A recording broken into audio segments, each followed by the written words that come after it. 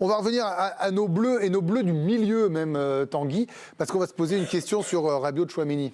Oui, effectivement, on va déjà lister un petit peu les milieux de terrain de Didier Deschamps. Aurélien Tchouaméni, Adrien Rabiot, N'Golo Kanté, Manu Koné qui était absent sur ce rassemblement, Warren Zaïre-Emery et Eduardo Camavinga. Voilà les 6 les plus probables pour le mondial. Et on a regardé un petit peu les titularisations depuis l'Euro 2024. Le joueur qui était le plus titularisé, c'est lui, c'est Manu Koné, 10 fois titulaire sous Didier Deschamps.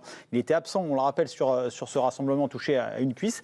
Et derrière, c'est Aurélien Tchouaméni et Adrien Rabiot qui se partagent le plus de matchs titulaires. C'est pas mal quand même, Jorasso, parce qu'il y a eu une période où on se demandait, quand il n'y avait plus Pogba, mais même il y a 1 an et demi, on se demandait comment ça allait se passer au milieu, on se trouvait plus faible. Tchouaméni était dans un creux, Koné n'avait pas explosé, Zaïre-Emery démarrait.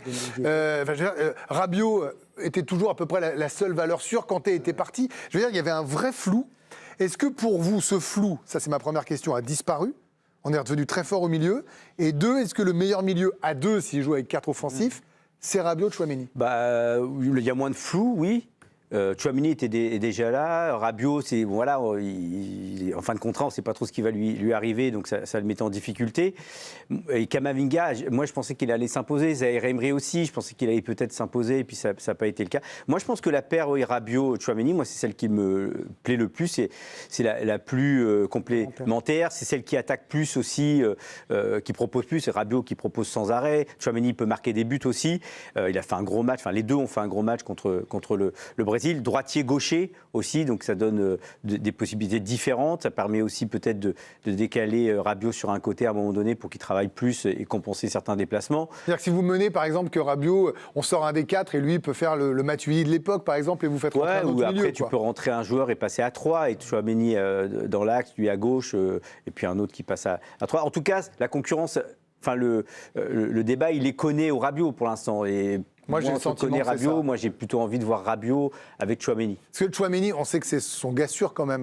Benoît, on se rappelle, à l'Euro, il l'avait fait rejouer. Même quand c'était un peu compliqué pour Tchouaméni, que ce soit au Real Madrid, même en équipe de France, il lui a toujours fait confiance. Il a plutôt bien rendu. C'est vraiment son pilier. Là, il s'est vraiment imposé. Il est de mieux en mieux au Real. D'ailleurs, la presse espagnole est dithyrambique sur lui.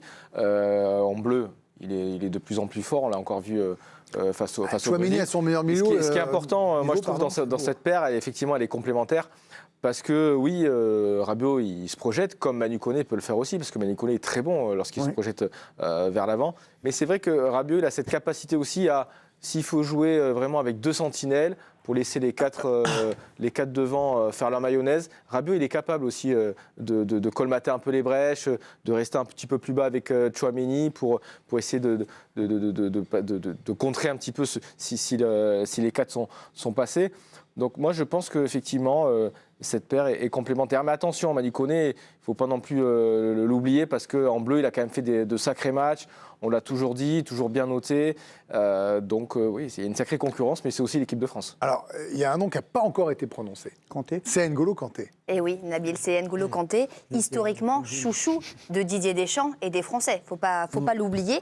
NG, comme il l'appelle affectueusement, le sélectionneur des Bleus, il l'a toujours apprécié. Bon, déjà pour son niveau de jeu, incontestablement, et pour son attitude exemplaire, pour son sourire. Il fait souvent référence à son sourire et à sa bonhomie dans le groupe. Et quand certains étaient inquiets pour lui quand il évoluait en Arabie Saoudite à Al-Ittihad, excusez-moi, Deschamps, lui, l'a toujours suivi de près et l'a même rappelé en équipe de France en novembre dernier. Il l'a expliqué pourquoi le sélectionneur des Bleus.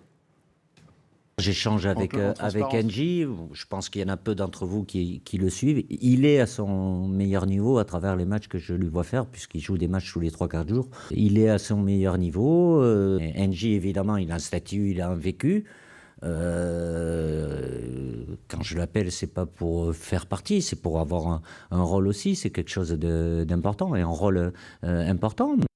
Et il le répète à chaque conférence de presse quand les journalistes l'interrogent sur le cas N'Golo Kanté. S'il l'appelle, c'est qu'il a un vrai rôle à jouer. C'est pas juste pour faire figuration. Et son expérience et son vécu, ce sont de vrais atouts en équipe de France. Anthony, Rabiot, Tchouaméni, paire numéro 1. Koné juste derrière en 3.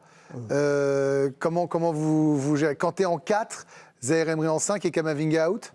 En fait, la chance de ce secteur, c'est que justement, à chaque fois qu'il y en a un qui joue, il est bon. Et donc finalement, la culture de l'instant fait que c'est toujours celui qui a joué qu'on imagine le mieux placé parce qu'il n'y en a pas un qui se déchire. Il faut quand même pas oublier que Kanté, il avait disparu pendant plus d'1 an.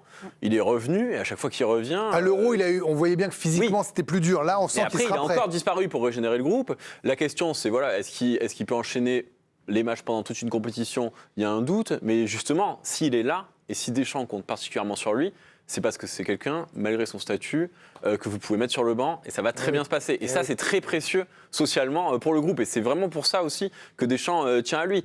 Moi, je pense que même si Tchouaméni, on est tous d'accord, Rabiot, quand je le vois, j'ai quand même toujours du mal à ne pas à l'écarter parce que c'est quelqu'un qui est toujours excellent et qui commence à avoir des heures de vol en équipe de France. Il avait disparu à l'automne et aussi à la rentrée, ça avait été compliqué après ses histoires avec Marseille et il n'était pas là en novembre. Mais par contre, Koné avait très bien joué à ce niveau-là et ça serait quand même injuste d'oublier Koné parce qu'il a été blessé en mars. Donc pour moi, Koné et Rabiot partent sur la même ligne. Et ça dépend de ce que vous voulez faire, de comment ça peut s'organiser, mais c'est difficile vraiment de les séparer. Enfin, de faire une différence avec ce qu'ils ont montré. Non, mais c'est vrai que là, finalement, je me dis qu'on a beaucoup de chance. Et Anthony a raison, en fait. S'il y en a un qui sort à la 50e, 60e, 65e, celui qui rentre, on sait qu'il va faire le boulot. C'est terrible, ça. En fait, c'est une chance fantastique. Qu'importe celui qui joue, finalement, ça dépendra de l'adversaire, par exemple. Est-ce qu'il faut s'adapter à ceux qu'on a en face? Non, c'est les autres qui ont plutôt intérêt à s'adapter à nous parce que là, ils vont le faire. Tu vois, ils vont le faire, ça va être un bloc bas à chaque fois contre l'équipe de France. Quand tu vois l'équipe? Non, mais après, peut-être contre l'Espagne, si tu joues l'Espagne comme il te rend chèvre, peut-être que tu vas ajuster quelques trucs, peut-être que tu ne joueras pas 4 devant, peut-être que tu mettras Rabiot un peu au-dessus. Moi, j'ai regardé le match là, contre la Colombie, mais moi, j'ai été encore bluffé par Kanté. Je suis désolé, c'est le capitaine de la deuxième ligne. Bien sûr. Mais franchement, quand tu le regardes, tu te dis, non, mais il est ni en Arabie Saoudite, ni en Turquie, il est encore dans un club de Ligue des Champions et tout. Tu vois aucune. Pour moi, il est toujours aussi performant, honnêtement. Donc c'est pour ça que je l'écarte absolument pas de la possibilité de le voir aussi titulaire, peut-être selon les adversaires, j'en sais rien. À l'Euro, il avait débuté tous les matchs quand même. Il vient de fêter ses 35 ans. Et non, il est extraordinaire. Ouais. Après, moi, je suis plutôt comme Bika. J'aime bien la paire Tchouaméni-Rabiot.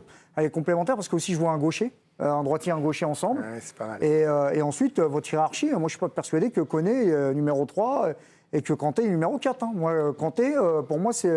En fait, on connaît le 5, on connaît le 1, on connaît le 5, on sait qui est probablement 6, et après 2, 3, 4, 2, 3, 4, c'est plus... C'est très dense.